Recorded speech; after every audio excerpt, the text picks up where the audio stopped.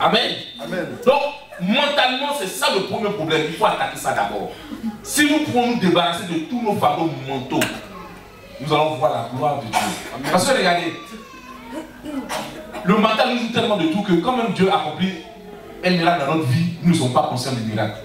Je donne un exemple. Je suis en train de chercher mes papiers. Entre-temps, Dieu me donne une femme. Je ne peux pas bénir Dieu. Hein. J'attends toujours les papiers. Dieu t'a donné femme. Toi-même, attends, je ne pensais même pas peut-être que tu pourrais même épouser la sœur. Une sœur bien stylée qui vient à l'église, elle est bien stylée. Tout le monde me regarde. Alors c'est toi-même la sœur de Pierre. Tu vois même pas ça? Il est là pour le Seigneur dans mon papier.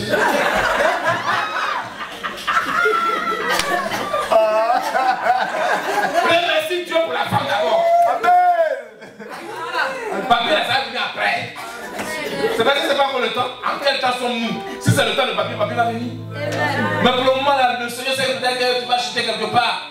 Il a préparé rapidement la soeur pour qu'elle vienne pour t'aider. Amen. Prends-la, laisse la faire les papiers. Amen. Prêche, prêche, prêche. Amen. Amen.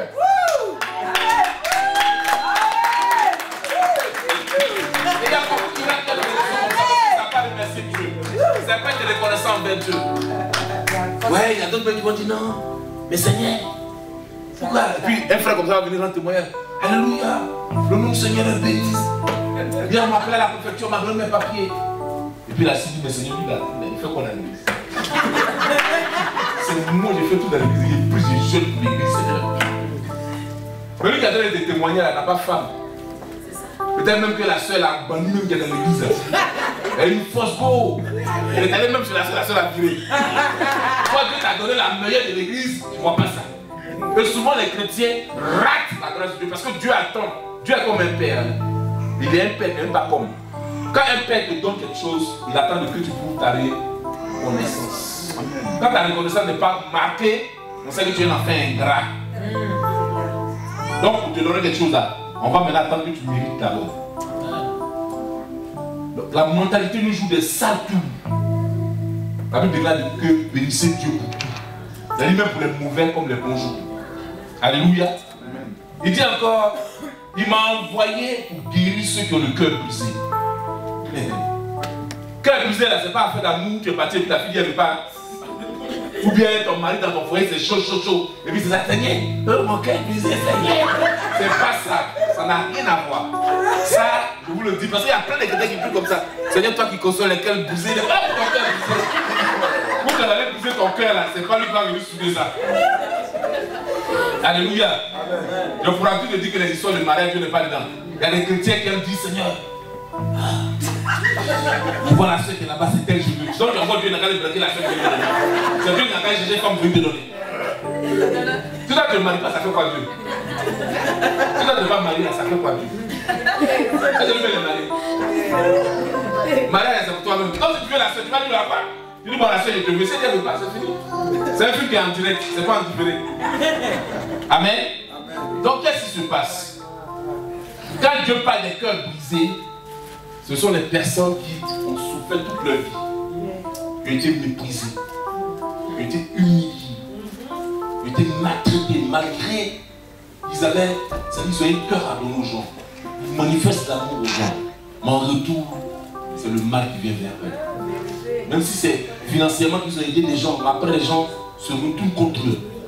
Même si c'est matériellement, ils ont donné leur vie, ils se sont battus pour des gens. Mais après cela se retourne contre eux. Ils se posent la question de savoir, mais qu'est-ce que j'ai fait? Et à chaque fois que moi j'ai fait du bien, ça vient toujours en mal vers moi. C'est ce genre de personnes que Dieu parle, les cœurs brisés. Et ce genre de personnes, je t'annonce quelque chose. Ce sont des gens qui ont la nature de Dieu. C'est des gens comme ça que Dieu recherche parce qu'ils ont la nature de Dieu.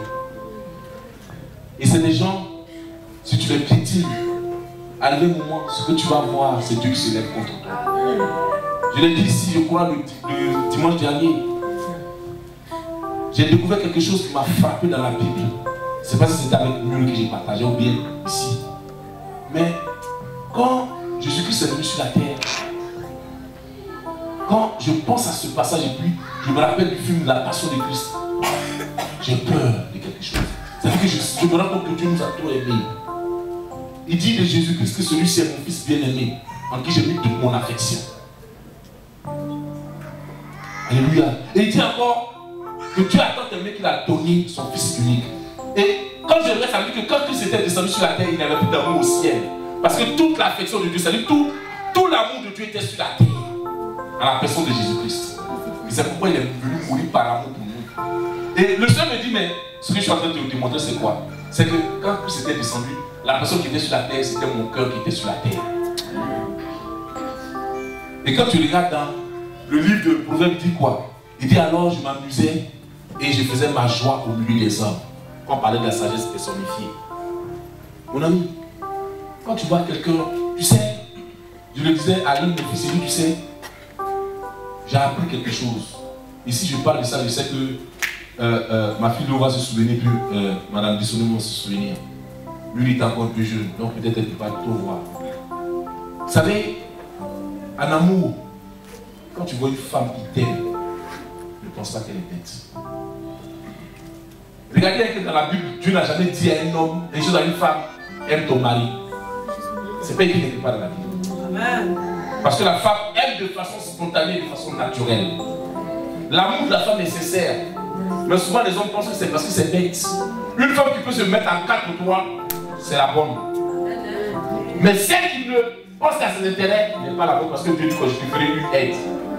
Et puis la femme qui se sacrifie pour un homme, c'est cette femme-là dont Dieu parle. Alléluia.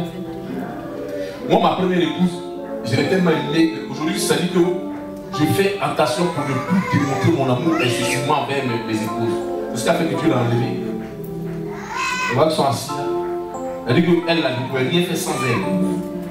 Partout, on était ensemble. On faisait tout ensemble. Dieu a mis ça dans les yeux qu'on whine. Donc maintenant, elle n'est pas aimée tout enfant de quelqu'un pour qu'elle puisse mourir. Je t'aime à juste titre. Mais regardez dans la Bible, Dieu dit quoi? Il dit alors quoi? Aime ta femme comme Christ a aimé l'Église. C'est un homme qui donne. Il dit aime ta femme. Il dit Marie, aimez vos femmes. Ça veut dire que l'homme est obligé d'aimer sa femme. Parce que l'homme, son cœur. Moi, celle que j'ai épousée, elle m'a pris que je l'ai épousée. Et puis après, j'ai commencé à l'aimer. Mais elle m'aimait déjà. Mais quand toi tu vois une femme et puis tu commences à aimer la femme et tu vas vers elle, mon ami, c'est ta mot qui est dans le film. Mais si elle ne t'aime pas, ce qu'elle va te montrer. Donc c'est normal quand une femme commence à aimer. Souvent les hommes pensent que c'est des faiblesses. Mais il y a quoi, tu fais quoi des noms? Quitte là. Mais tu vas tomber sur le dragon. C'est qui à la maison, c'est à nous, non? Tu vas laisser, tu vas partir au dehors. Il y a un dragon qui te rencontrer. Oh, le dragon, c'est au moins 7 têtes. Si tu couvres une tête, il y a l'autre tête qui pousse. Elle lui fait dedans. Des fois, il vient chez toi, avec toi, tu dis, mais tu ne veux pas. Il dit, non, non, je préfère rester pas posé. Tu dis, je suis fatigué pour aller chez toi. Il sait s'il attend à la maison. C'est un dragon qui est là-bas. Alléluia. Donc, ce que tu as chez toi, là, je le disais à un frère, il dit, tu sais, tu es en train de reprocher beaucoup de choses à ta femme, il n'y a pas de meilleure femme ailleurs.